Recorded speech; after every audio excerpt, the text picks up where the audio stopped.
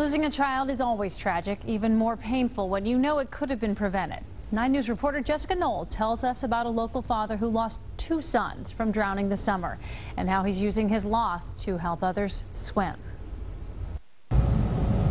You couldn't have paid me $1 billion to think that anything like this would ever happen. Carlos Jeff was just blocks away from home when he got the call that changed his life. If I could have just been 15 minutes earlier or 20 minutes earlier, you know, things would be different. It was a hot day this past June, and his sons Bryce and Cameron had been swimming at a neighbor's house in Bond Hill.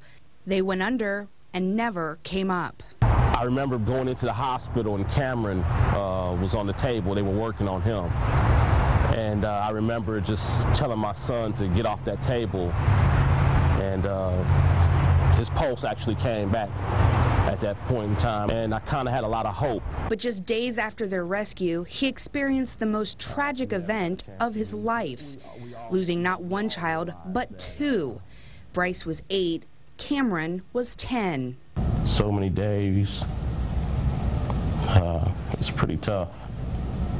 It's pretty tough to know that what happened to my kids could have been prevented.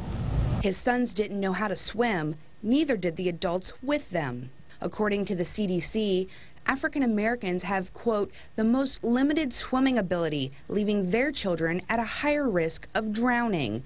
The father of 6 hopes to bring that risk down with the Cameron and Bryce Jeff Memorial Foundation to teach kids to swim. Cincinnati firefighters and police division have already accepted to pay for 500 kids, and so we're up to close to almost 1,000 kids already whose lives we could save.